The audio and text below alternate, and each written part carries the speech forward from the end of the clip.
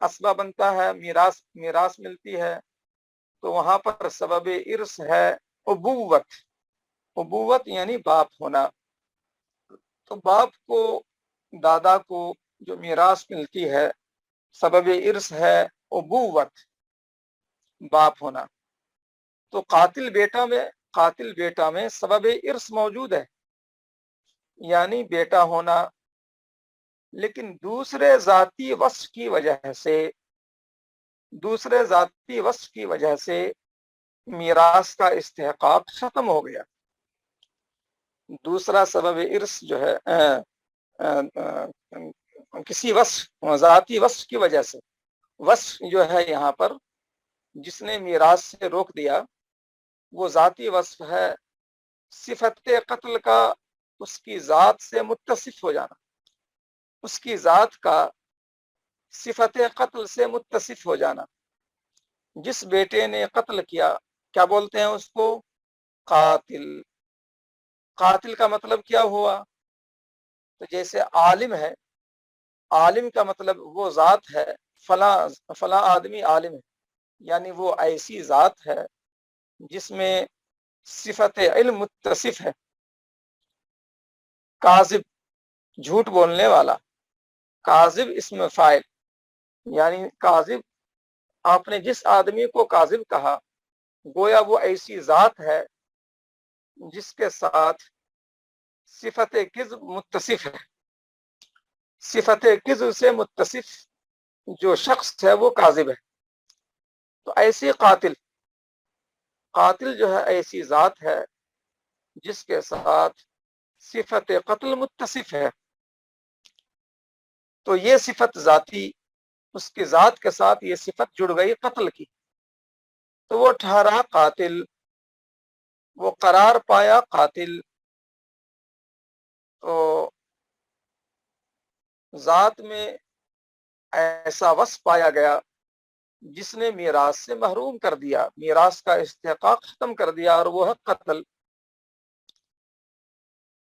تو یہ جو خرابی ہے وصف کی، ایسے وصف کی خرابی کی وجہ سے میراث سے وہ محروم ہو گیا۔ تو اس طرح کے موانع، اس طرح کی صفت جو میراث سے محروم کر دے، اس طرح کی صفت 4 ہے۔ اب میں عبارت پڑھتا ہوں اور ترجمہ کر دیتا ہوں، پھر اس کے بعد بورڈ کی طرف آئیں گے۔ المانع من الارث، میراث سے روکنے والی چیز 4 ہے۔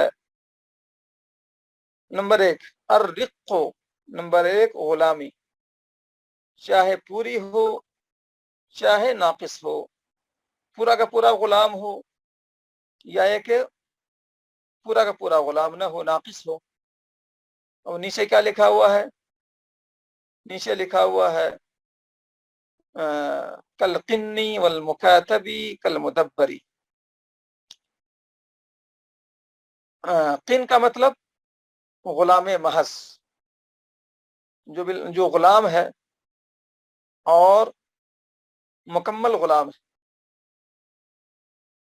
اب مدبر جو ہوتا ہے، مدبر جو ہے ناقص غلام ہے۔ ناقص کا مطلب یہ ہے کہ مدبر بولتے ہیں ہر ایسے غلام کو جس کے بارے میں آقا نے کہا کہ میرے مرنے کے بعد تم آزاد، میرے مرنے کے بعد تم آزاد۔ تو یہ مدبر جو ہے اب مکمل خالص غلام نہ رہا، ناقص ہو گیا، اس لیے کہ اسے آزادی ملنے والی ہے آقا کے مرنے کے بعد۔ تو مدبر اور ام ولد جو ہے، یعنی کہ آقا کی وہ باندی جس باندی سے آقا کو بچہ پیدا ہو چکا ہے، جس باندی سے آقا جو ہے باپ بن چکا ہے۔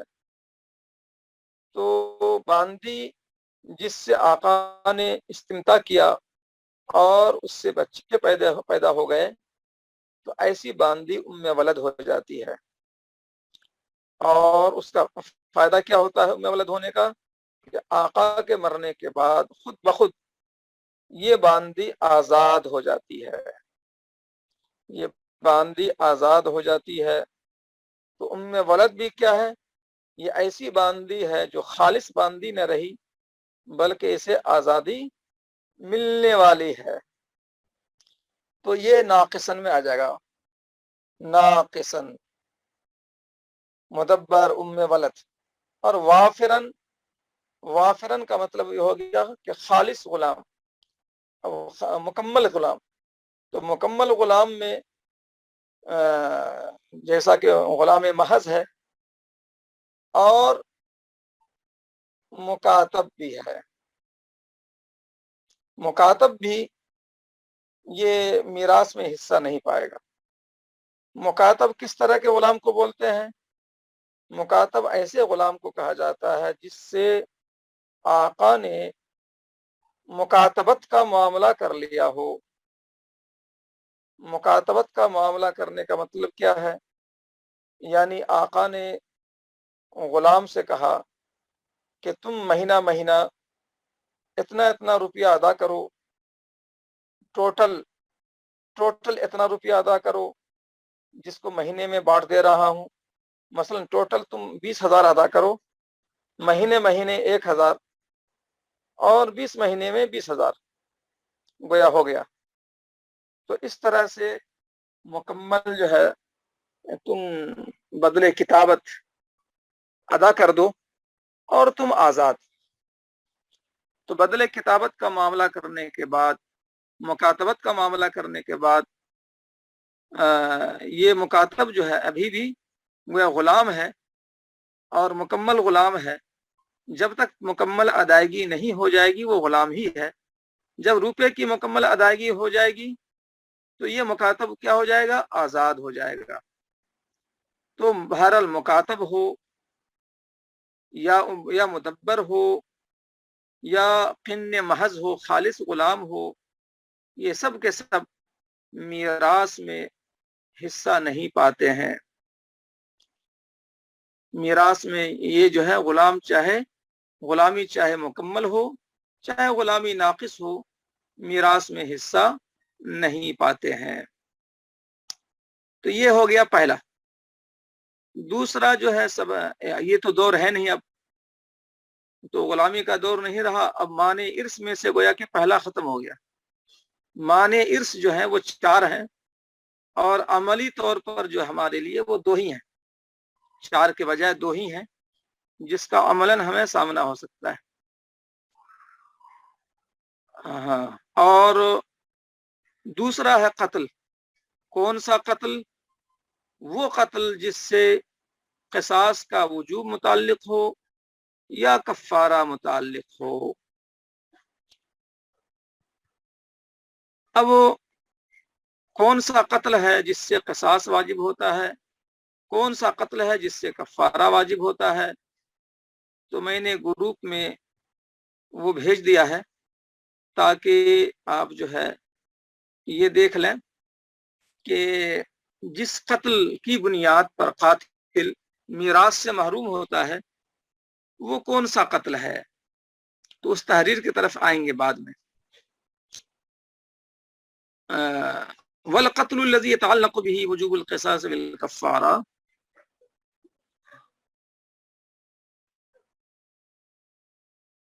جس قتل سے قصاص یا کفارے کا وجوب متعلق ہو تو ایسا قاتل میراث سے محروم رہے گا۔ نمبر 2 ہو گئے۔ اب اس کی طرف ہم دوبارہ لوٹیں گے، قتل کی طرف۔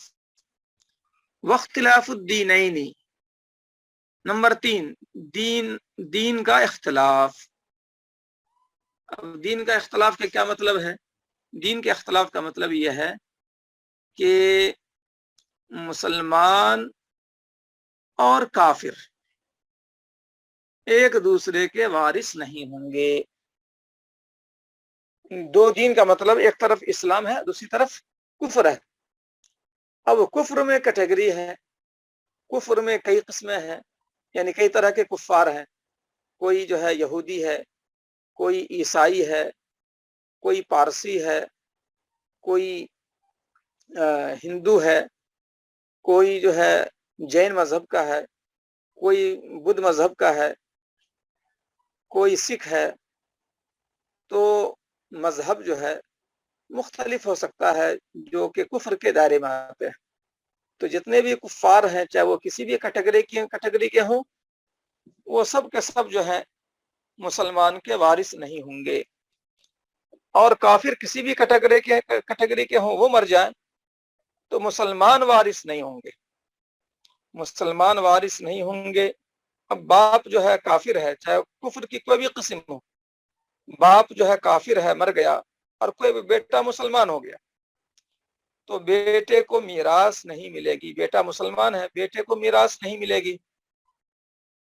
باپ جو ہے وہ کفر کی حالت میں مرا ہے تو کافر باپ مرنے کے بعد مال چھوڑ کر گیا, بیٹا کوئی مسلمان ہو گیا تو اس مسلمان بیٹے کو میراث نہیں ملے گی کافر باپ کی.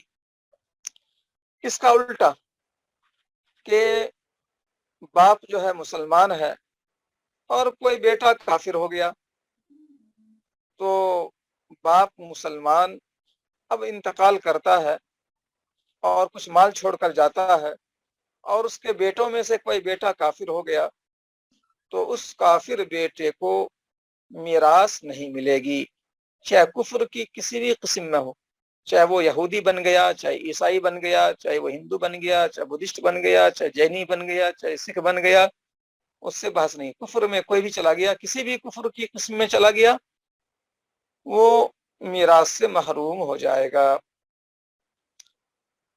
تو تین ہو گئے.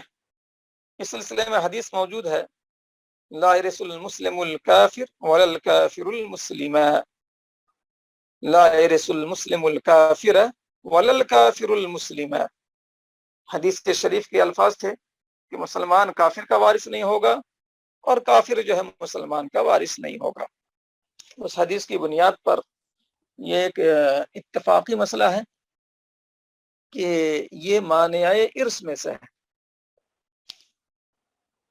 نمبر 4 تو نمبر 2 اور نمبر 3 جو ہے بس یہی ہے اصل جس کا ہمیں سامنا ہو سکتا ہے.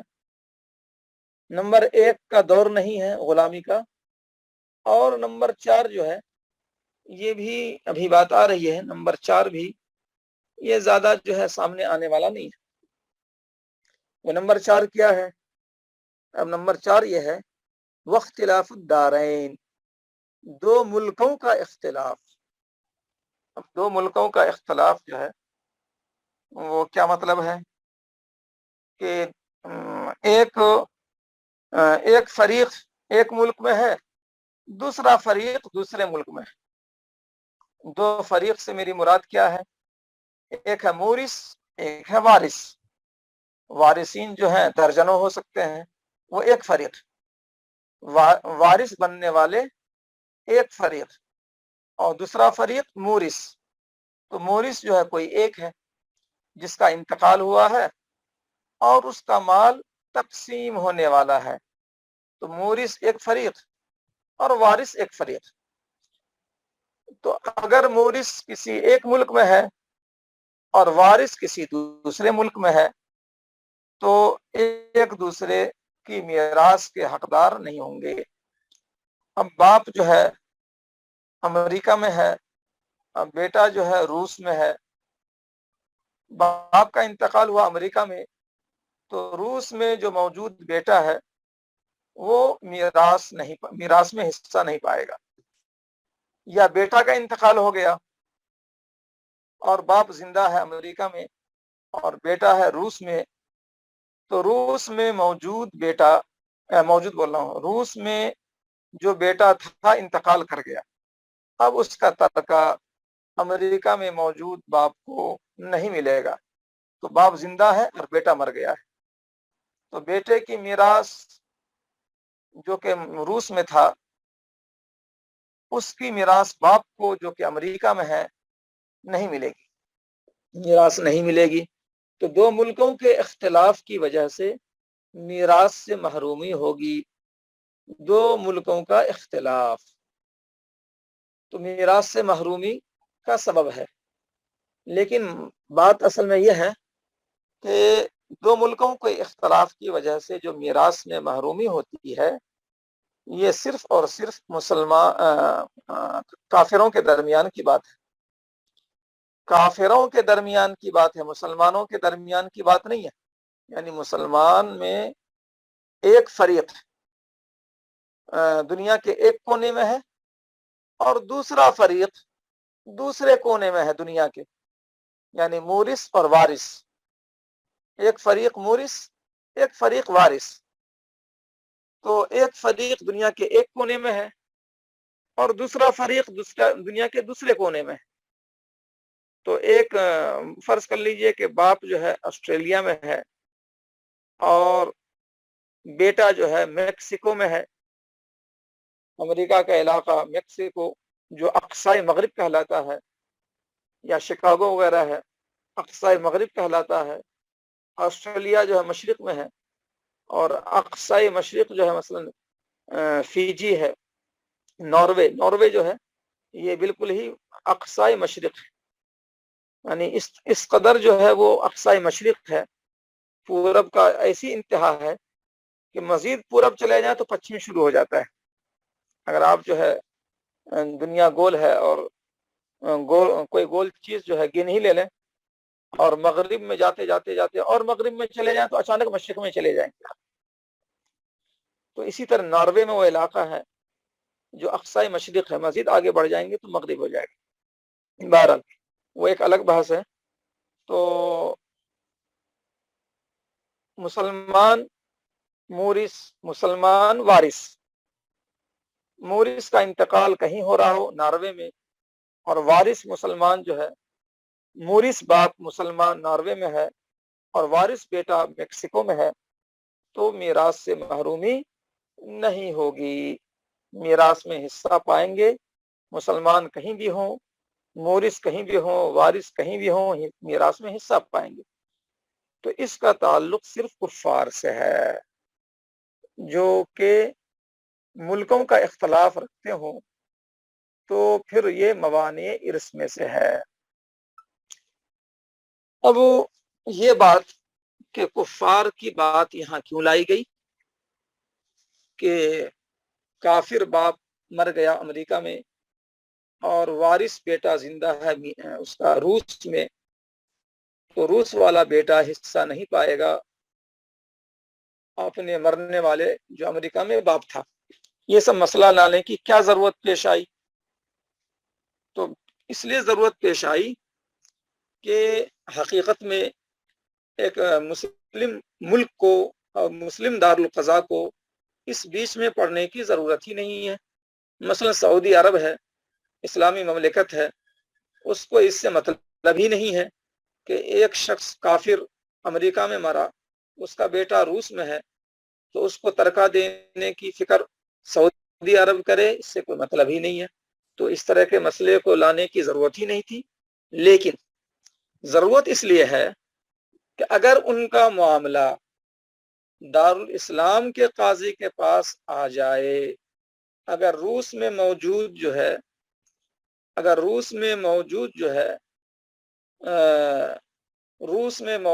ہے جو بیٹا ہے وہ فریاد لے کر سعودی عرب آ جائے اور کہے قاضی سے کہ امریکہ میں میرا باپ مر گیا ہے، آپ ذرا مجھے حصہ دلا دو، تو کیا سعودی عرب کا قاضی اس بات کا پابند ہوگا شرعاً کہ روس کے اس بیٹے کو حصہ دلا دے امریکہ میں مرنے والے باپ کی جائیداد سے؟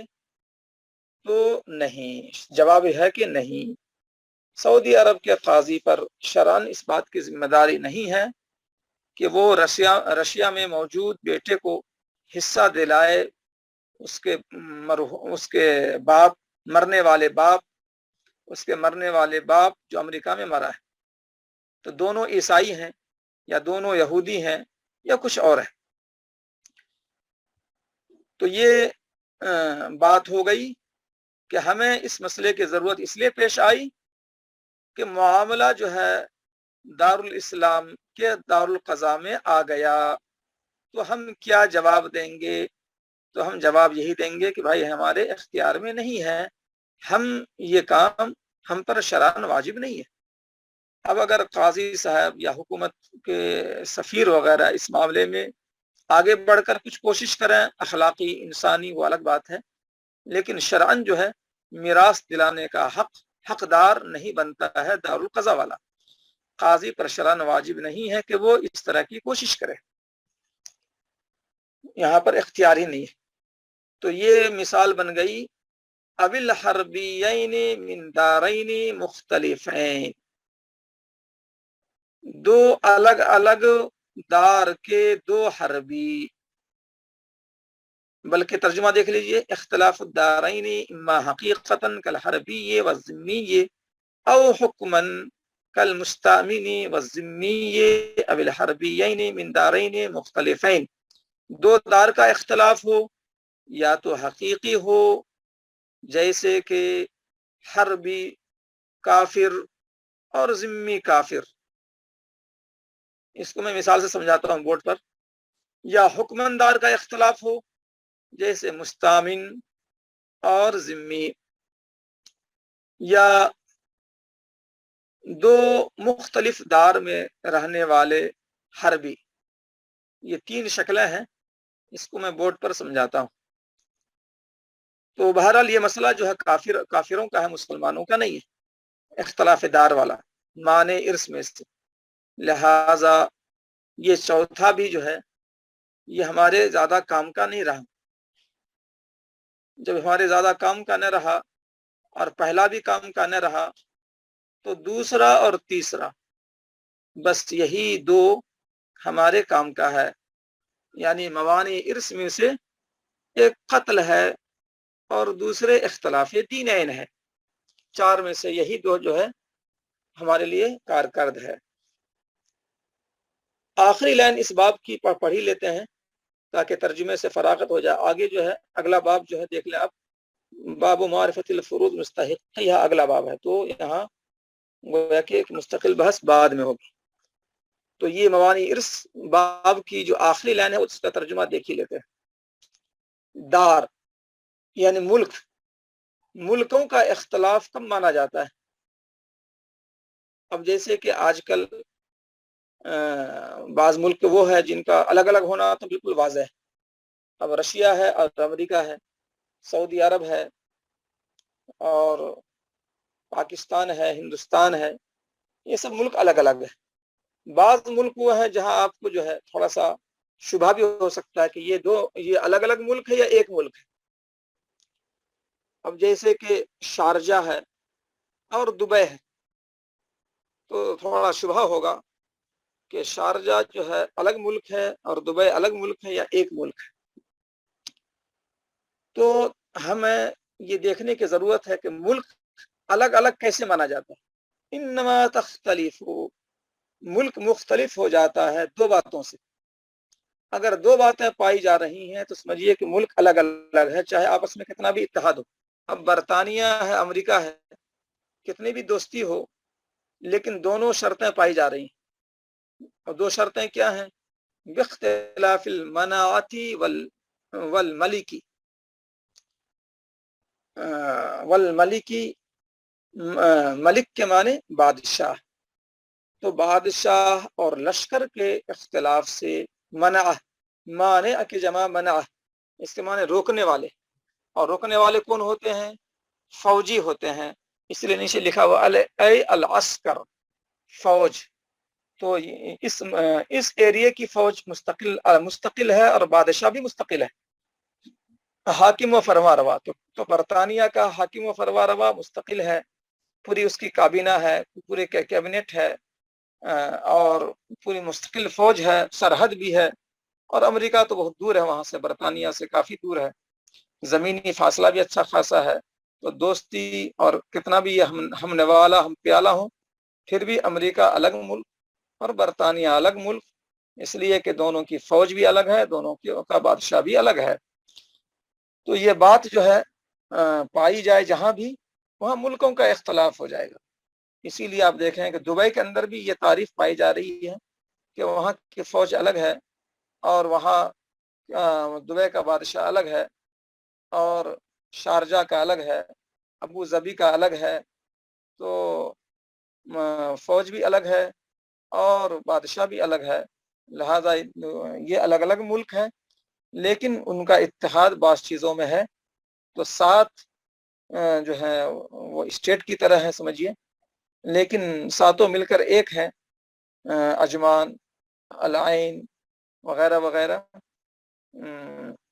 تو بادشاہ اور فوج کے الگ الگ ہونے سے ملک کا اختلاف ہو جاتا ہے، اس لیے کہ ان کے درمیان عصمت منقطع ہو جاتی ہے. لیکن یہ مثال جو ہے ہم نے ضمنی طور پر دبے والے کے دی، یہ مسلم ملک کو ہم مثال میں نہیں لائیں گے. اصل چونکہ کفار سے متعلق ہے تو امریکہ، برطانیہ، رشیا اس طرح کی مثالیں لائیں گے کہ یہ سب ملک جو ہے ان کا بادشاہ الگ ہے، ان کی فوج الگ ہے. تو اس طرح وہاں کے کفار کا معاملہ ہمارے پاس آ جائے، ہمارے دار القضا میں، تو ہم کیا کر سکتے ہیں؟ تو وہ بحث گویا کہ اس کے اندر ہے. لانقطاع العصمت فیما بینہم، ان کے درمیان عصمت کے منقطع ہونے کی وجہ سے جب بادشاہ الگ ہو جاتا ہے اور فوج الگ ہو جاتی ہے تو آپس میں عصمت منقطع ہو جاتی ہے جب تک کہ معاہدہ نہ ہو جائے. اسی لیے آپ دیکھتے ہیں کہ پہلے زمانے میں جب ہندوستان مختلف راجاؤں کے درمیان منقسم تھا اور موجودہ ہندوستان کی شکل نہیں تھی، دکن کا علاقہ الگ بادشاہ اور شمالی علاقہ الگ، جنوبی الگ، فلاں الگ فلاں الگ، اور آپس میں لڑائیاں ہوتی رہتی تھیں راجاؤں کی. مسلمانوں کے آنے کے بعد جو ہے آہستہ آہستہ جو ہے یہ ملک کی شکل بنی ہے، اور مغلیہ دور میں یہ پورا ملک بنا ہے. ورنہ تو مختلف راجاؤں کی اپنی اپنی مملکت تھی، اپنی اپنی فوج تھی، تو آپس میں لڑتے رہتے تھے. وہ تو اقوام متحدہ بننے کے بعد ملکوں کا آپس میں معاہدہ ہو گیا، یو این کے بننے کے بعد، اور ملکوں کا آپس میں جو ہے لڑنا جو ہے وہ ختم ہو گیا. وہ الگ سی بات ہے کہ معاہدے کے اعتبار سے سب لوگ آپس میں معاہدین میں ہو گئے، لیکن عالم اسلام پر جو ہے یلغار چلتی رہی اس کے اندر سے، ظاہری معاہدہ اور اندر سے دوسری پلاننگ. تو مسلمانوں کو کمزور کر دیا گیا، ٹکڑے ٹکڑے کر دیے گئے، اور مسلمانوں کی حالت زار دیکھ سکتے ہیں کہ کوئی طاقت باقی نہ رہی. لیکن ظاہری طور پر جو ہے معاہدین کی صف میں جو ہے یو این کے وجود میں آنے کے بعد ظاہری معاہدین میں آ گئے سارے ممالک والے، اس لیے عصمت پائی جاتی ہے. عصمت کا مطلب تحفظ، ہر ملک محفوظ ہو گیا دوسرے ملک سے، کوئی ملک دوسرے ملک پر حملہ نہیں کر سکتا ہے اس ظاہری معاہدے کے اعتبار سے. اب یہ الگ سی بات ہے کہ بہانے بنا کر اب ایک اندر کی پلاننگ الگ ہوتی ہے. تو اندر کی پلاننگ کے اعتبار سے مسلم ملکوں کو تباہ کیا گیا، یہ کہہ کر کہ وہاں دہشت گرد ہے، یہ کہہ کر کہ وہاں پر زہریلی یہ ہے، گیس ہے وغیرہ وغیرہ. تو وہ اس بہانے کسی پر حملہ، کسی مسلم ملک پر حملہ کر دیا جائے، وہ ایک مستقل بحث ہے. لیکن ظاہری اعتبار سے یہ سارے ملک جو ہے یو این کے آنے کے بعد معاہدین میں شامل ہو گئے ہیں اور عصمت حاصل ہو گئی ہے، تحفظ حاصل ہو گیا ہے.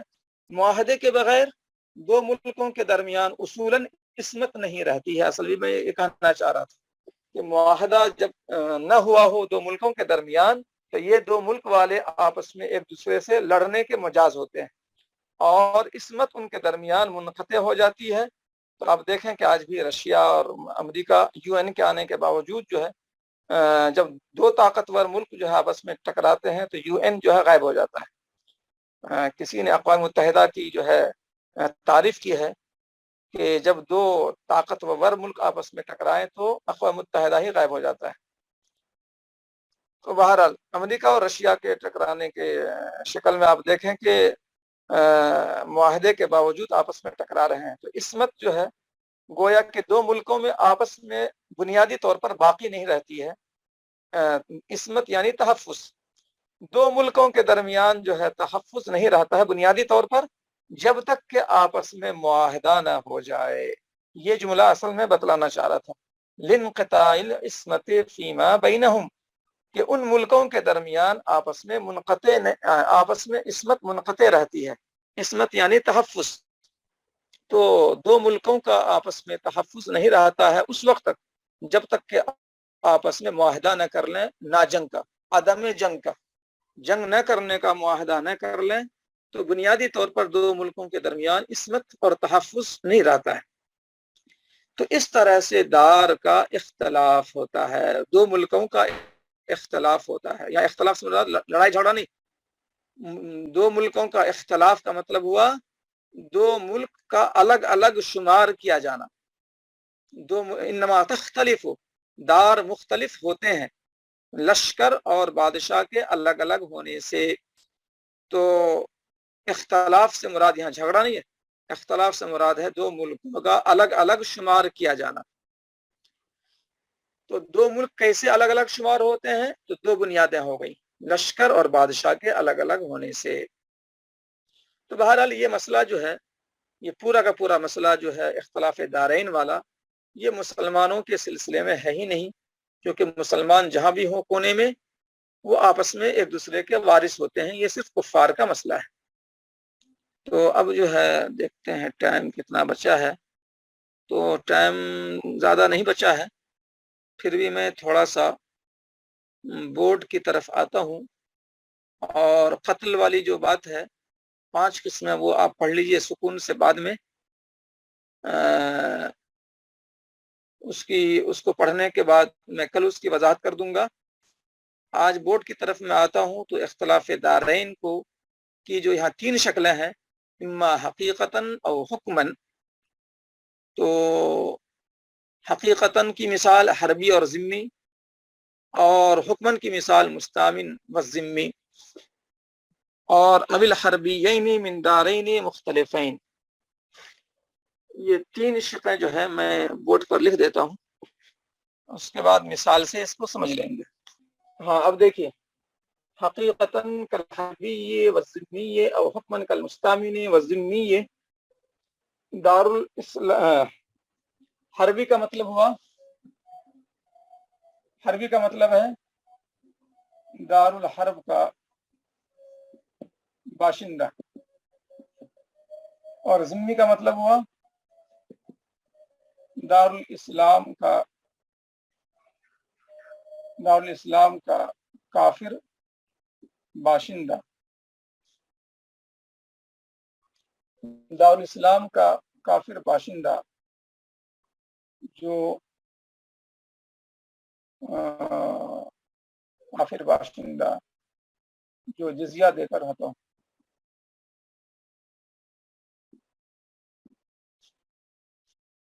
باپ کافر امریکہ کا انتقال کیا، بیٹا وارث.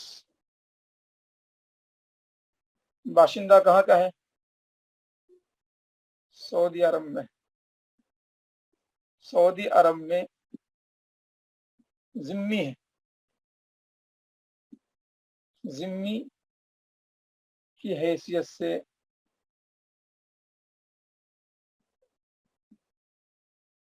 رہتا ہے، یعنی سعودی عرب کا باشندہ ہے. باپ کافر امریکہ کا انتقال کیا امریکہ میں. کل حربی و ذمی، یہ حقیقی دار کا اختلاف، دار کا حقیقی اختلاف.